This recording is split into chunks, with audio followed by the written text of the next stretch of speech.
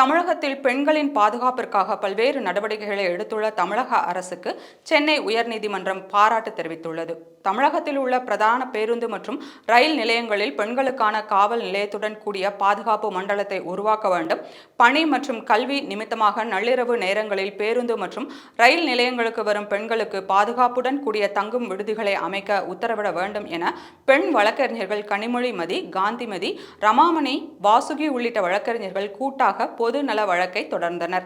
இந்த மனு உயர்நீதிமன்ற பொறுப்பு தலைமை நீதிபதி ஆர். மகாதேவன் மற்றும் நீதிபதி முகமது ஷபீக் அமர்வில் விசாரணைக்கு வந்தது. அப்போது அரசு பிளீடர் எட்வின் பிரபாகர் ஆஜராகி பெண்கள் பாதுகாப்புக்காக அரசு எடுத்துள்ள நடவடிக்கைகளை பட்டியலிட்டார். அப்போது குறுக்கிட்ட நீதிபதிகள், பணத்தை செலவு செய்து பல திட்டங்களை செயல்படுத்தும் தமிழக அரசை பாராட்டுகிறோம்.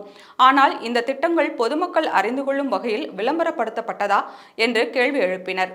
இதற்கு பதிலளித்த அரசு பிளீடர், அரசின் திட்டங்கள் உரிய வகையில் விளம்பரப்படுத்தப்படும் என தெரிவித்தார்.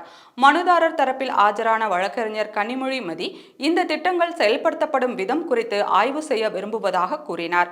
இருதரப்பு வாதங்களையும் கேட்ட நீதிபதிகள் மனுதாரர் தரப்புக்கு ஆய்வு செய்ய அனுமதி அளித்து உத்தரவிட்டனர்.